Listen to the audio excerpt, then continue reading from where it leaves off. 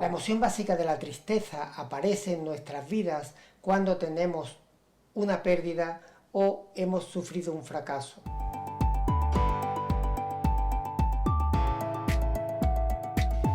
La pérdida o duelo de alguna circunstancia, como la pérdida de un ser querido, un divorcio, una ruptura sentimental, una ruptura amorosa, una discusión con un familiar o con un compañero de trabajo, una circunstancia que nos hace sentir mal y que nos hace reflexionar qué ha pasado en nuestra vida.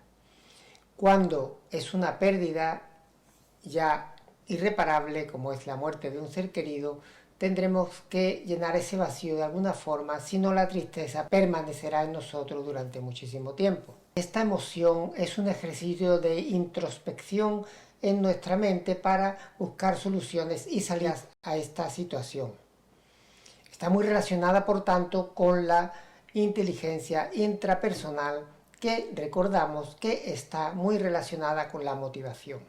Antonio Damasio, un neurocientífico nacido en Portugal, en Lisboa concretamente, que es director del Instituto del Cerebro y de la Creatividad en la Universidad del Sur de California, y allí es acompañado por su esposa Ana, que es una gran colaboradora de él. Él tiene varios libros, entre ellos El error de Descartes. Descartes decía: pienso, luego existo. Era un filósofo, pensador. Pues bien, Damasio dice que es todo lo contrario. Primero sentimos la emoción y luego pensamos y lo procesamos. Él estaba equivocado. Gracias, Ana Ponce, por prestarme el libro, que me ha servido mucho para preparar este pequeño vídeo. Antonio Damasio también decía que una emoción más un pensamiento sobre esa emoción, eso genera un sentimiento. Entonces, por tanto, emoción más pensamiento igual a sentimiento. Y nos basamos en montones de sentimientos para regir nuestra vida psicológica y nuestra vida en general. ¿Qué tiene que pasar en nuestro cerebro para que una información que nos ha llegado por los órganos de los sentidos, como normalmente nos llega toda la información del exterior, se convierta en una emoción de tristeza? Tendremos que hacer un balance cognitivo de qué ha pasado. Para ello intervienen un montón de áreas del cerebro.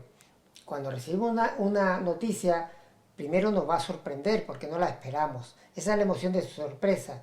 Y esa emoción abarca todo el cerebro y se convierte en tristeza cuando se interpreta y cognitivamente sabemos qué es. Hemos hecho un balance cognitivo de esa información y la hemos procesado como tristeza. ¿Pero cómo se hace? Pues mira, llega directamente por los órganos de los sentidos, llega al tálamo, el tálamo conecta con las amígdalas cerebrales que están en nuestras áreas temporales, que le dan la emoción correspondiente a la circunstancia que hemos vivido. Baja al hipotálamo, también baja a los núcleos basales que están en la base del cerebro, debajo del sistema límbico, y la sustancia reticular tiene que estar activa. Y diréis, ¿qué es la sustancia reticular? Pues eso está en el tronco del encéfalo, en la parte de aquí abajo, y es lo que nos hace estar despiertos y activos y con conciencia. Cuando un paciente está inconsciente o lo están operando por una anestesia o está dormido y sin sueños, o ha sufrido un golpe en la cabeza que le ha conmocionado el cerebro y le ha provocado una inconsciencia, es cuando el sistema reticular no está activo. Pues bien, para nosotros procesar esa información que nos va a llegar por los órganos de los sentidos, tiene que estar activo el sistema reticular. De ahí pasaría al hipocampo. Acordaros que el hipocampo era el disco duro de nuestro cerebro. Es una zona así que parecía un caballito de mar, y el giro parahipocampo, donde es el gran almacén de todos nuestros recuerdos. En el hipocampo se asocian aquellos recuerdos con lo que sentimos en aquel momento, aquella emoción que sentimos anteriormente. Si hubiésemos tenido de pequeño una pérdida, pues ya lo asociaríamos con algo triste. Posteriormente pasa por el área del giro del cíngulo y la ínsula, que está en la parte anterior de estas dos áreas cerebrales, se comunican muy cercanamente con el área prefrontal, que es la zona donde tenemos la congruencia y donde definitivamente vamos a procesar esa información y darle una valencia a esa emoción. En el caso de la tristeza, que ya se ha procesado, que cognitivamente hemos descubierto que va al área ventromedial del hemisferio derecho con valencia negativa y ahí ya queda consciente en nuestro cerebro qué ha pasado. Pues bien, todo esto lleva un tiempo. El procesamiento es rápido, pero el desarrollo de la emoción básica de la tristeza es lenta y sobre todo la mayoría de las veces se supera. La gran mayoría de las personas con unas herramientas psicológicas básicas podrían superarla. Pero no quiero que quede aquí la idea de que la tristeza es algo muy negativo. Al contrario, voy a contar la historia de Hugh Hess. Era un ingeniero que le encantaba subir montañas y en un accidente de alta montaña perdió ambas piernas. Él sufrió su emoción básica de tristeza por esa pérdida. Él usó su inteligencia intrapersonal para hacer una introspección de qué podía hacer con esa situación y se le ocurrió la idea de hacer unas piernas robóticas para él, que luego ha servido para muchísimas personas con pérdida de miembros. Pues fijaros entonces que la emoción básica de la tristeza sirvió para que él parara su vida en un momento dado, pensara y actuara en contra de esta circunstancia negativa para sacar algo muy positivo como fue las piernas robóticas o los miembros robóticos. A él le concedieron, al igual que a Antonio Damasio, el premio Príncipe de Asturias aquí en España. La tristeza también nos puede hacer llorar a veces. Cuando una persona esté llorando por tristeza, nunca le digáis, no llores, nunca os acerquéis así, todo tiene solución, deja de llorar, no te preocupes. Sí se tiene que preocupar, sí tiene que llorar, porque eso forma parte del proceso del duelo que va a elaborar con sus 5 etapas. Primero la negación, después la ira o rabia, negociación, un poco de depresión, negocia ya definitivamente ese proceso y al final lo superas. Cuando esté llorando una persona, por tanto, no le digáis no llore, porque de alguna forma está generando endorfinas que le van a hacer sentir bien. Parece mentira, pero equivaldría a una olla express que está con una presión tan grande que se siente muy mal, quitas el pitorro, sale el vapor del gas y libera esa presión tan grande que tiene dentro. Pues llorar equivale en el cerebro a lo mismo. Así que dejar que las personas lloren. También veréis, por ejemplo, que agota a una persona a llorar mucho. Una persona no puede estar más de 15 o 20 minutos llorando completamente porque generaría un gasto energético brutal, tanto de oxígeno como de glucosa, como de mediadores químicos, como todas las endorfinas que son actúan similar a como actuaría una morfina, que es generando un estado de bienestar en la persona. Un chiquillo que está llorando y llora mucho, al final acaba exhausto y acaba dormido y haciendo hippíos porque necesita que introduzca más oxígeno en su cerebro.